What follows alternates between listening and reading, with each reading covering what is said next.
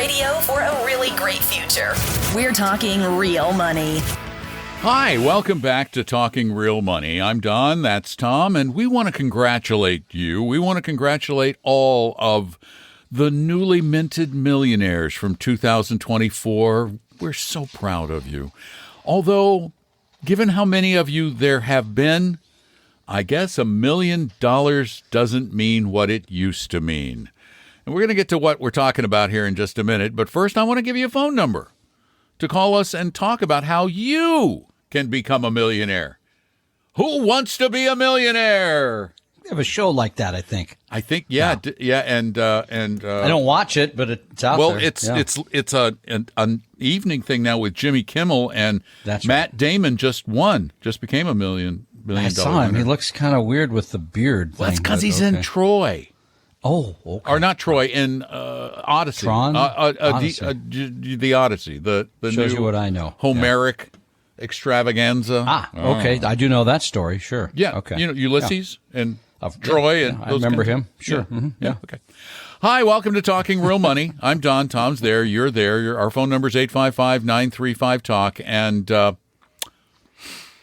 it's a big moment for us. Apparently, more than 1,000 people every day are becoming new millionaires. This is just in the U.S., just in the United States only. Yeah. Yeah. I love it. I love reading this stuff. And by the way, because you alluded to this earlier, if you ask people, it's fascinating, in like 1965, how much is a lot of money?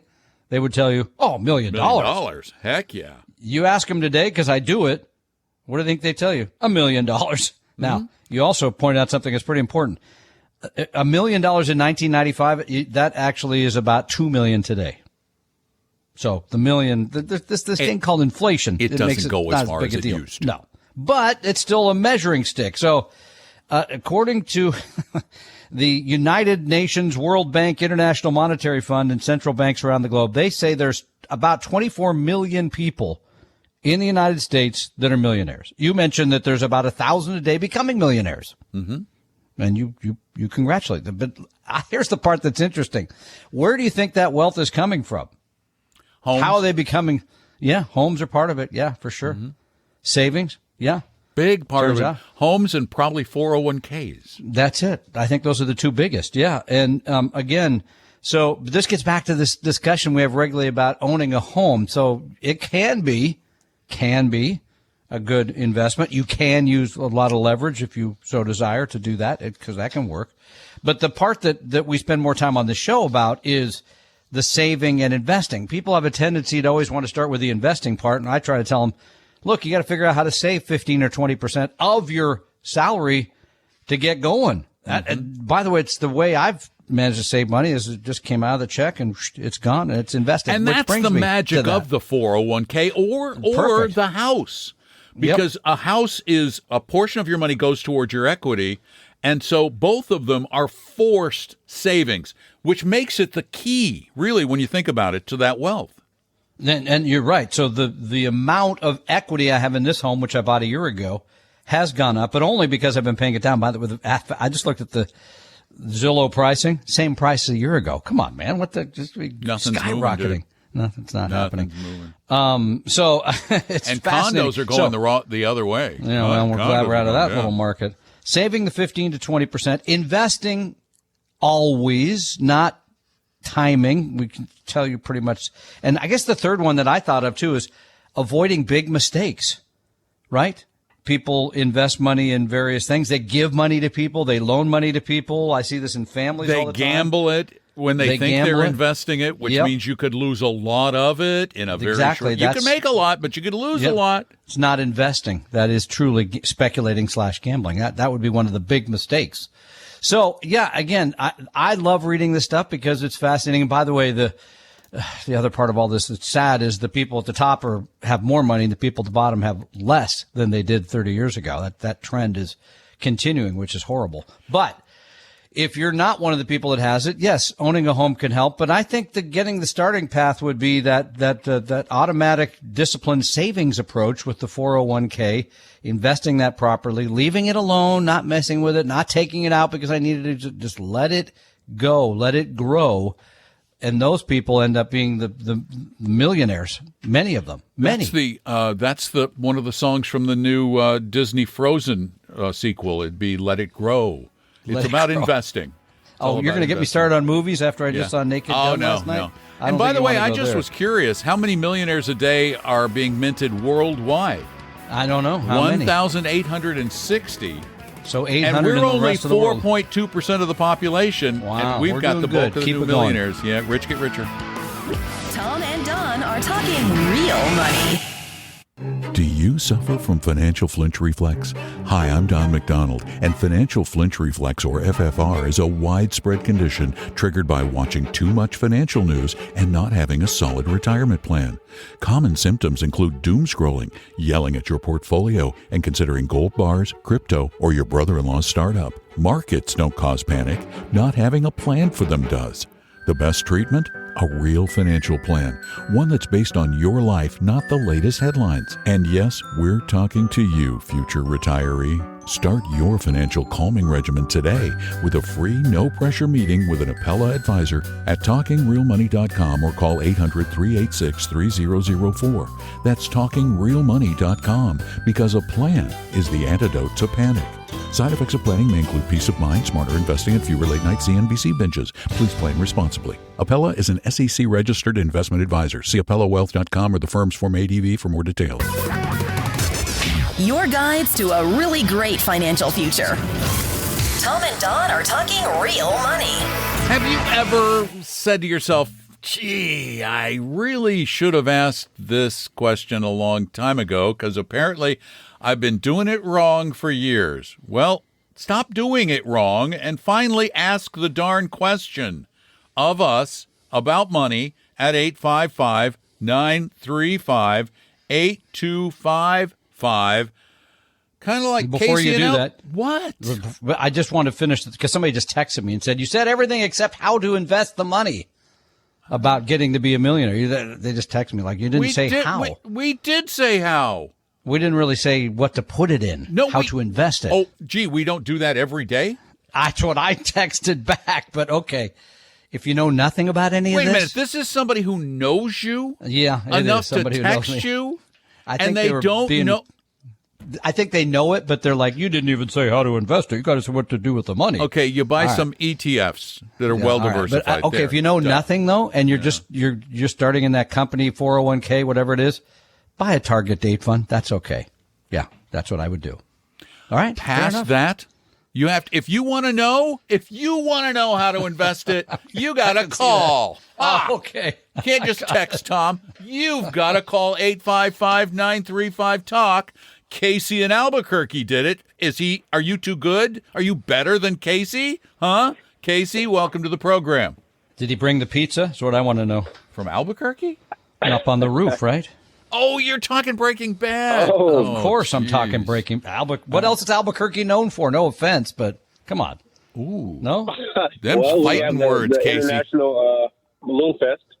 Yeah, the Balloon Festival. Ha-ha. Okay, I stand correct. I love those big hot air balloons, which would do very well if they put one in each one of these rooms, so Don like and Tom. Exactly. Fill them up fast.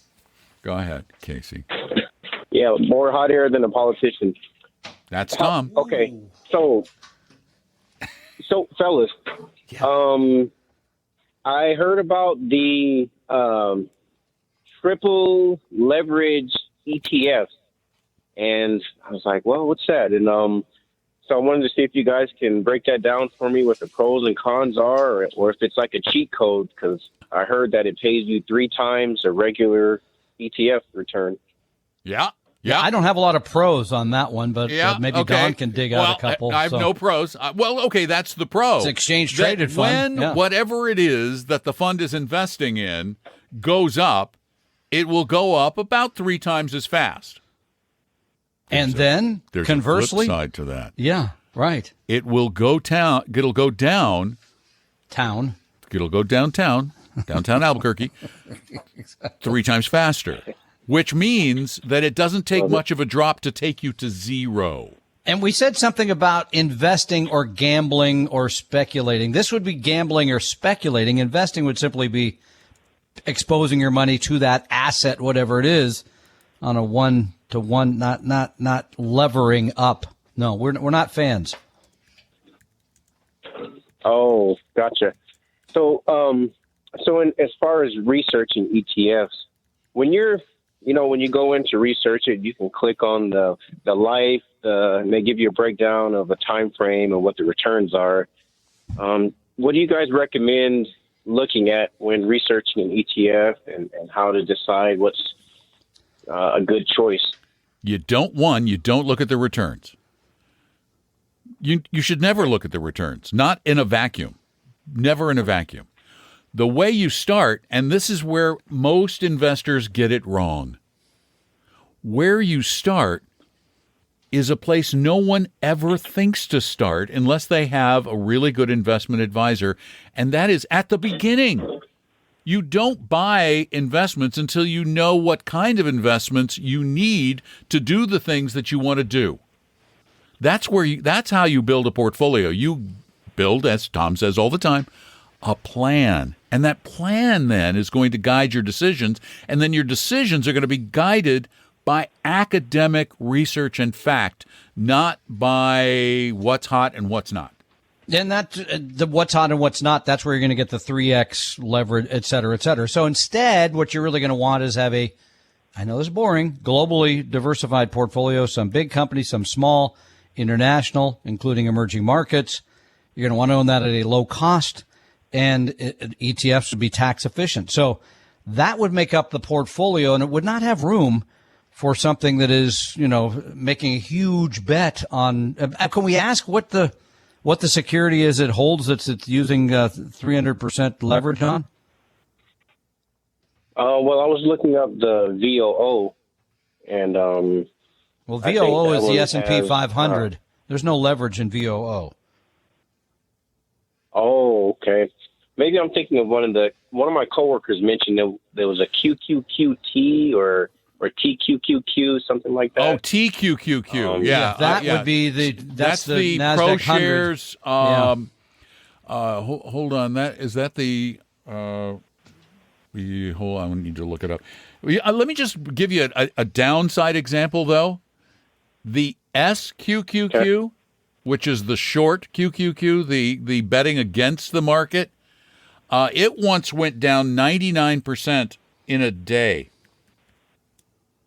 Oh, man. You really don't want to own things that could do that. Yeah, the TQQQ. No, they don't mention that part. That's the ProShares Ultra Pro QQQ. Yeah, so that's this one's long. This one is long. Yeah. Yep. So it gives you the upside. But let's say we have a major market crash. If we had a market crash like 2008 with this fund, your money in days or weeks maybe could go to zero before you could catch it. Yeah, this is the NASDAQ 100 times 3. And if it goes that other direction, you'll have to throw my brother out of the basement and take his spot there because they're. Well, for example, with the TQQQ in 2022, it lost 80% of its value. Yeah, these are things that, again, that's the reason that we don't use them, we don't suggest them, and we don't think you should even be looking at them, period. Okay. Well, all right. Thanks for the insight, gentlemen. You're very welcome. Keep listening. I know I know what we preach is boring, but it's right. That's the problem. Tell Walt we said hi too. Is that okay? I miss him. I missed that show. I got to watch it again, I think. Well, there was Better Call Saul too. I know. I watched that too. I missed that too. I know. I don't have a good cereal right now. I need one. What do you got? Raisin Bran Crunch. I kind of like. I was the guy who saw Naked Gun last night. I should have all the bad dad jokes, but I'll have more. Trust me. All right. Yeah, let's get started. Let's just go to our next call. I was going to wait because the break's coming up in 45. Should I wait? Yeah, you're right. And then we'll have time for the whole call. I will mention that we did this very quickly, but recently about getting help, right? You mentioned it very briefly. You can write us, right? You can go to talkingrealmoney.com. You could write us a question. Right. You could voice one there that you like because you use those on your Friday show when it's not Tom and Roxy as it was recently. Mm-hmm. But if you want help, we give people, I sat down with a lot of people this week and, Most of them, yeah, they really needed some advice. Some of them, yeah, they're becoming clients. We don't pressure people to become clients. We give you honest answers.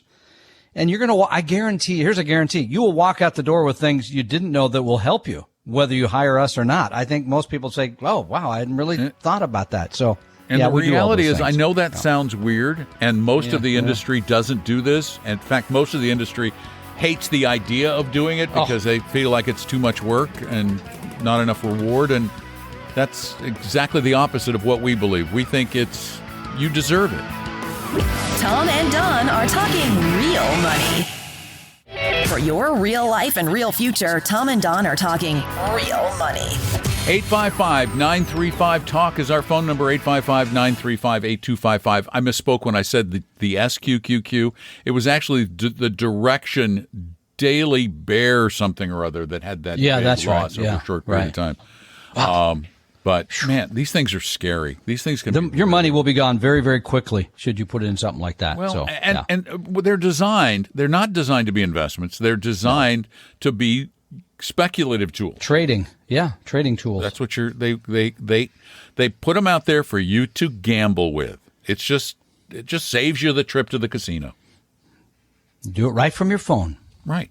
Now, if I'm going to risk thousands of dollars, I will just go to Vegas and say to Tom's favorite hotel, the Aria, I'll just walk in and go, I got $10,000 I am ready to take into the casino and lose. What are you going to do for me?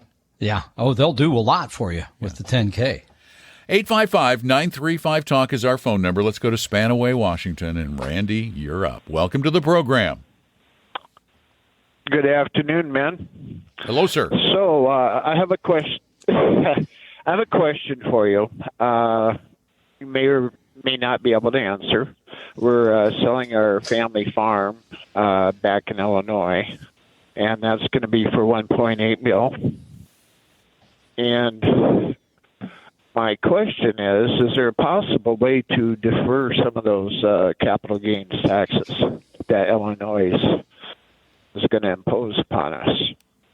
Well, what about the federal government? Aren't they going to want their part too? Yeah, both are going to be taxing. They're going to want their part too. Yeah. I don't know what is the Illinois? Just out of curiosity, what is the capital gains tax in the great state of Illinois?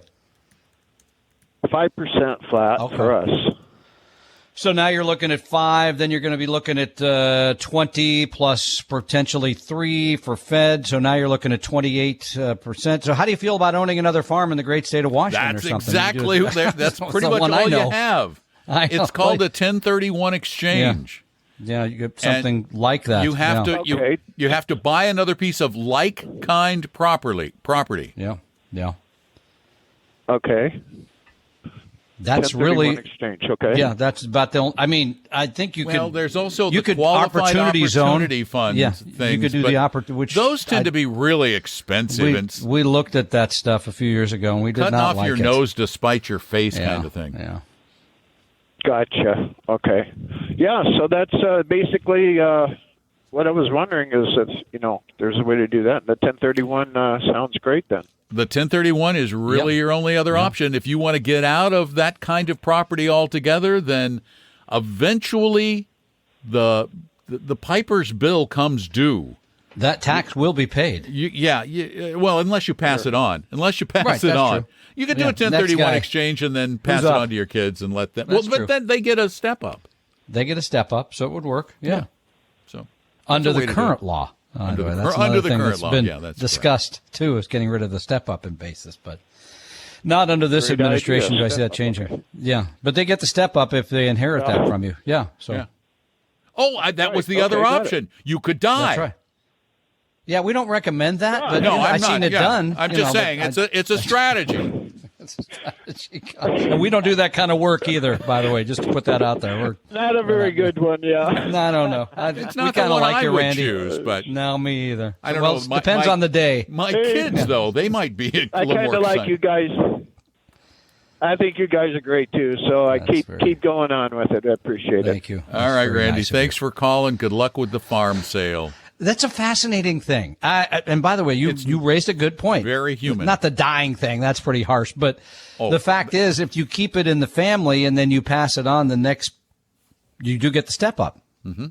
So if you know, the challenge is, do they want to be farmers, the next people, or they just want to keep the land? I mean, again, if you were savvy with property, and this is getting into sort of like work more than investing, but if you were savvy with property, a piece of farmland out in the middle of Illinois is not likely to have much of a greater purpose in the not too distant future. But if you got farmland in another state, or maybe even in Illinois, closer to development where it might be developable down the road, then that might turn it into a land banking thing as opposed to a long-term farming thing. So anyway, I don't know. That's more business than investing. 855-935-TALK is our number. We have lines open now. Call. Tom and Don are talking real money.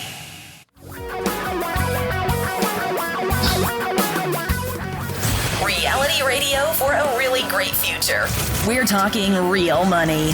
Boy, I should have driven around more when I was in Seattle, in the Seattle area. All the times I've been out there, all the many times. I found this cute town. We got a call from LaConner. It's a very cute town. It is. It's a cute little waterfront town up north of you. It is. Hey, Rob, welcome to Talking Real Money.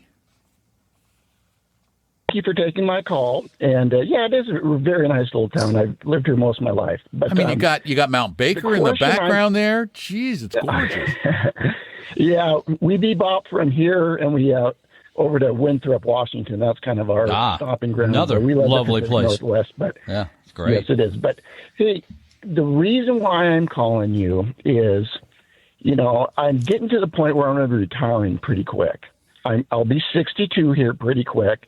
And I'm thinking about another year from now. Okay. And what I'm calling for is just your opinion. If you think I'm kind of too risky and if there's other avenues to go. Okay. I don't know if you talk, actually what you have here or, sure. A portfolio. Yeah. Go ahead. Okay. Okay. Between me and my wife, we have different accounts all over the place, around 3.5 million.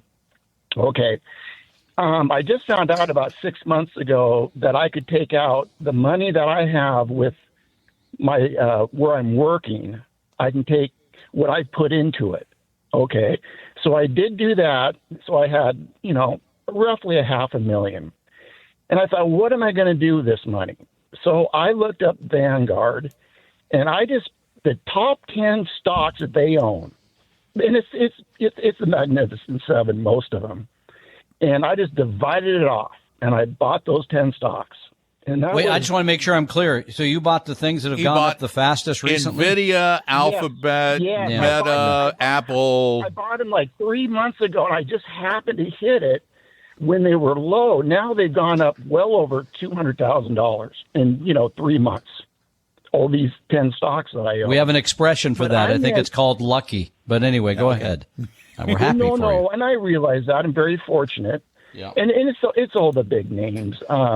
I did buy one stock that's doubled, at the same time. And, when you make that kind of money in that short a period, or do you just let it ride? Do I really they're good stocks. I mean, if I'm not going to sell them anytime soon. Well, now this isn't a taxable account though, Rob? I mean, so this is like exposed to whatever.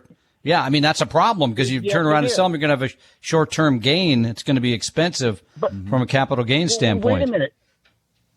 But you don't pay that out until you take the money out, do you? So if you go to sell the stocks, yes. Right away, even though it's in an IRA? Oh, it's that's why I asked you. That's why I said, is this he said, is it yeah, we got confused. So it's in an IRA, so it's tax protected. Correct. Let me just interject here in the name of speed. You are doing something that we are opposed to investors doing. You are gambling.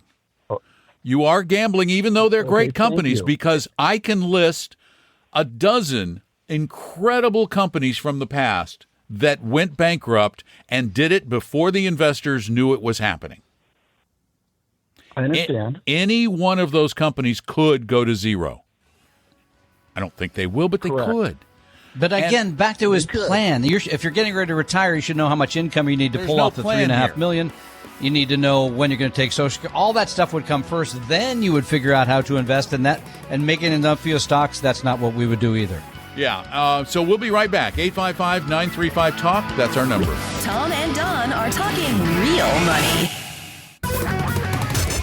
Your guides to a really great financial future. Tom and Don are talking real money. I want to add one more thing. What Rob is doing is so typical. It's gamifying investing. It's turning it into a game. I'm just going to buy the winners. They've been the winners. It doesn't mean they're going to continue to be the winners. And if you buy the top 10 holdings in the Vanguard Total U.S. Stock Index Fund, 9 of those 10 are 100% technology stocks. And the 10th is partially technology, and that's Berkshire Hathaway. Yeah, this is in buying what's hot. We know after it's been hot is generally a very poor strategy. We can look back and see that. So yeah, I like the gamification. But again, for Rob, part one would be if you're getting close to retirement, what's where's the income going to need? How much is it going to? Because I mean, $3.5 million, you can take out $140,000 a year from that, even if moderately invested. Right, and that's the thing, is why are you taking more risk than you probably, if you had a plan, your plan would probably say, hey, Rob, you don't need to take that much risk. Right. Yeah. Why take more risk than you need to take unless it's become a game for you and you feel you get an emotional charge out of winning? And that's really, if we're honest with ourselves, that's what the most of it is, I think. 855-935-TALK. Let's go to Joe in Eatonville. Hi, Joe. Welcome to the show. Hey, how you guys doing today? Good. We're well, thanks. Good, great. Excellent. Hey, I just want to throw out a statement here before my quick question. Hey, you guys are great. I really appreciate the information you guys are throwing out there. It's been a great thing. I've just kind of found you guys here about 3 weeks ago or so. So it's been good information to listen to. Oh. So I'm frantically going back to all your old podcasts so I can, re-listen and re-school myself on all that good info. There's not a but in there? Wait, we're waiting for We both thought there was a but. Oh, thank goodness. Sounded like home for a minute there. I really appreciate all you do here. But, okay, that's right. Kind of you. Then we'll do the question then. What's the question for us? Yeah. So, anyways, I'm 59. I'm planning on retiring here in another year or so. And, anyways, I've been frantically interviewing firms for probably since January, probably 10 or 12 so far. 10 or 12 firms? Yeah. Yep. Good for him. Fixed fee style, percent of AUM. He's checking. Okay, wait, how different is the responses you're getting from 10 firms? I mean, that's a lot of firms to talk to. That's a lot of work. It is, but you know what? It's been really good for me as a learning experience. He's doing his due diligence. Why are you criticizing? No, I just think that's a lot of. I think you could probably get everything you need by looking at 3 firms. But okay, God bless you, 10 firms. Mr. But we interrupted you. Right, but now I might have to add a pellet to the list, right? I mean, because it seems like it's a pretty good firm. You don't have to. So. You could. You don't have to. You're like my wife. I might have to listen to the show. No, you don't have to. By the way, what's the over-under on? She's been at the grocery store for our trip tomorrow. She's been at the grocery store the entire time of the show. I wonder what the over-under on what that's going to cost me for the holiday. Anyway. Yes, you probably should add a pellet to the list, even though Tom said you'd already interviewed too many. What's an even dozen anyway? I've already done 10. What's 1 or 2 more going to mean anyway? Right. So. I got to be sure. Exactly. Yeah, exactly. So my basic question is, for the little investing that I've done, right, I'm averaging between, we'll say 7 and 7.75%, right, on my returns. There's nothing to sneeze at when you look at the world, because there's people that look at this every day, and the average investor makes, I think, between, and Don, you can correct me from the survey, I think it's like between 5 and 6 or something. So there's nothing wrong with 7. Yeah. That's good. Sure. Well, it wasn't always that way for me, right? Probably just in the last 3-4 years, I figured things out a little bit, but. Good for you. But a few of these firms that appear to be decent, are kind of saying, yeah, they can probably average me, 8. Maybe I wouldn't more. hire anybody who said what they can average you. Right. That would be the end of the conversation. I was going to say the same thing. Nobody Anybody knows. who compares returns should Yeah. be eliminated from the because if they're claiming a return, then they're obviously liars. There was a guy who asked me that yesterday. Okay. What's the likelihood of this return being in the future? I said, 100% don't know. We don't know. The whole world could be different. So absolutely not. That wouldn't be a reason. Right. They're liars if they say that. That's just a sales pitch. And so the other side of me thinks is like, okay, a lot of these firms, claim this, claim that, but I'm assuming from what I can tell from interviewing them that there's, more value to actually have a advisor behind me as I do go into retirement.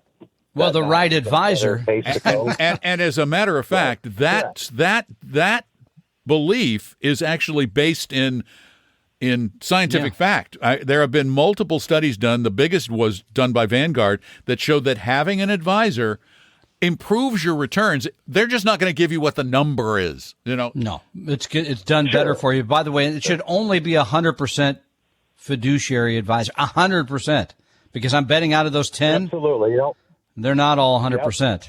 Nope.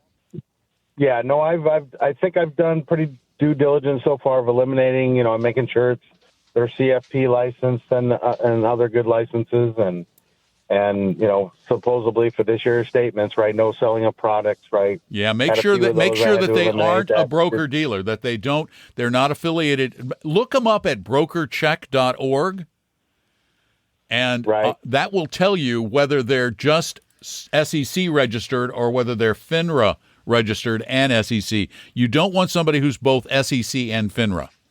Then you'll know. Okay. All right. Perfect.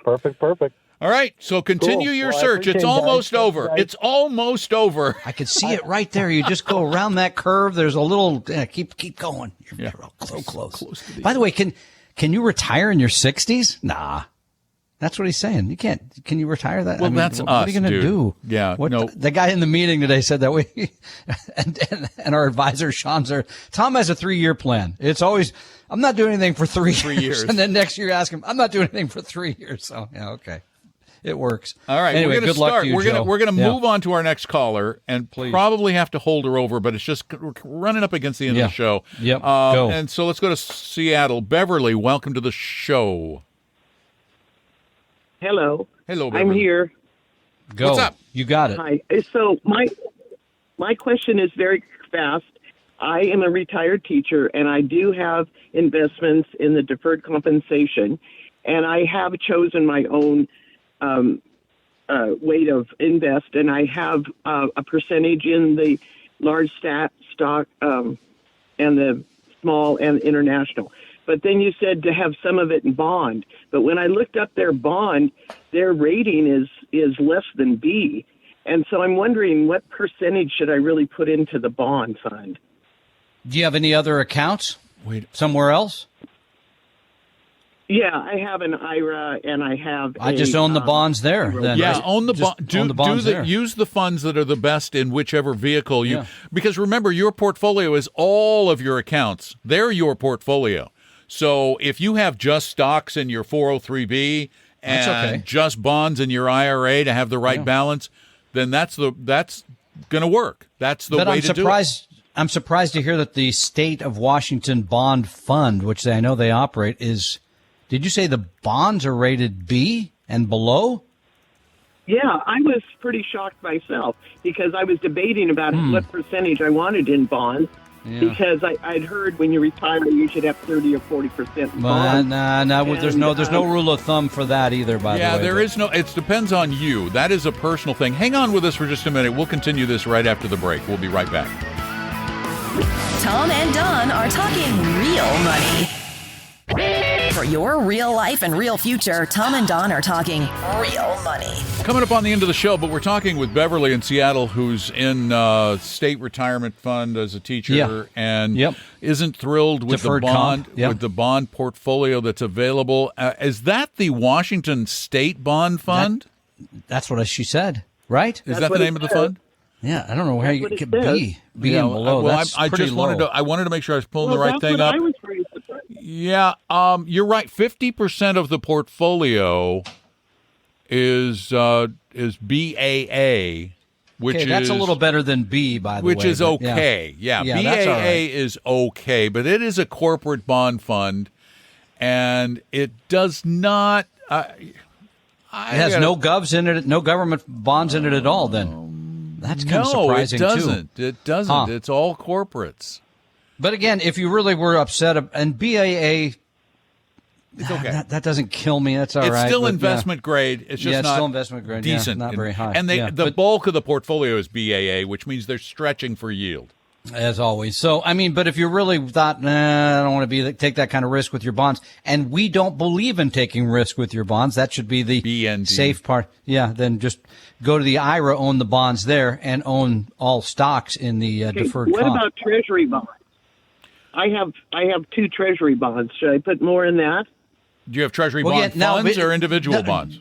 We're getting ahead. Don. Individual. Individuals, okay. Yeah. What again? We need to go back to the very beginning. Yeah, thank you. Rather than Yeah. talk about where your money should be and how it should be allocated, we need to determine how much risk you need to take and how much you can stand taking before we can know what the bond portion of that portfolio should be.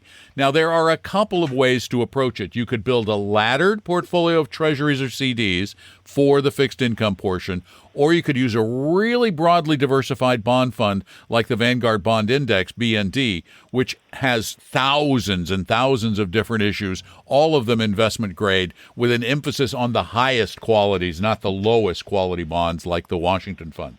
So, But what Don said is finally, spot on. You got to have the plan first, determine the income, determine how much volatility you want in the portfolio, what sort of risk to take. Then you would go back and say, I want to have 70% in stocks and 30% in bonds. There is no rule of thumb for that, determining based on age. You used to hear that 100 minus your age. Well, that's a bunch of nonsense because it doesn't say anything about your needs and it says nothing about who you are in terms of the risk you can take. So no, that would not be a place to do that. that's a bunch of hooey. It's I just was going to hooey. say that, but Beverly, thank you. We got to run because we're running out of hour. Yeah. Thank you all for being a part of the hour. We hope you've learned a little something. We hope. Been fun. Yeah. It has been fun. Lots of calls. We really love all the calls on Saturdays. Yep. Thank you so much for doing that. And by the way, thanks for spreading the word because I keep hearing people say, well, somebody told me about your show. Yeah, I know. Nice. Thank you. Good work. That's what Program we want. reminder, next week I will be doing this from the sunny shores of Lake Chelan, so tune in for that. There's something that never happens every year. Taking time out from my vacation. To go on vacation back to Lake Chelan, which really isn't a vacation. It's just sort of where Tom ends up every summer. You're not predictable in the least. No, not at all. You want to ask questions not on Saturday? Go to talkingrealmoney.com, click on the Contact Us button, and then either type in your question or speak it into your microphones. The other thing you can do is call 855-935-TALK on Saturdays. You can also get really cool help by going to talkingrealmoney.com. No cost, no obligation to click on Meet an Advisor. The opinions and views expressed on this podcast were current on the date recorded. Opinions, estimates, forecasts, and statements of financial market trends that are based on current market conditions constitute our judgment and are subject to change without notice, including any forward-looking estimates or statements which are based on certain expectations and assumptions. Although information and opinions given have been obtained from or based on sources believed to be reliable, no warranty or representation is made as to their correctness, completeness, or accuracy. Information presented on the podcast is not personalized investment advice from Appella Wealth. The views and strategies described may not be suitable for everyone. This podcast does not identify all the risks, direct or indirect, or other considerations which might be material to you when entering any financial transaction. Past performance does not guarantee future results, and profitable results cannot be guaranteed. We hope you realize that the information provided on Talking Real Money is for informational, educational, and hopefully enjoyable purposes only. The podcast is not trying to get you to buy or sell any financial products or securities. Instead, the program is provided as a public service by Appella Wealth, a fee-only registered investment advisor. Please see Appella Wealth's ADV Part 2A on our website for information regarding Appella's fees and services. Appella Capital, LLC, DBA Appella Wealth, is an investment advisory firm registered with the Securities and Exchange Commission. The firm only transacts business in the states where it is properly registered or excluded or exempt from registration requirements. Registration with the SEC or any state securities authority does not imply a certain level of skill or training. Appella does not provide tax or legal advice, and nothing either stated or implied here should be inferred as providing such advice. Thanks for listening, and please visit TalkingRealMoney.com for more information and important disclosure related to performance of any specific index or fund quoted in this podcast. And the lawyers get richer.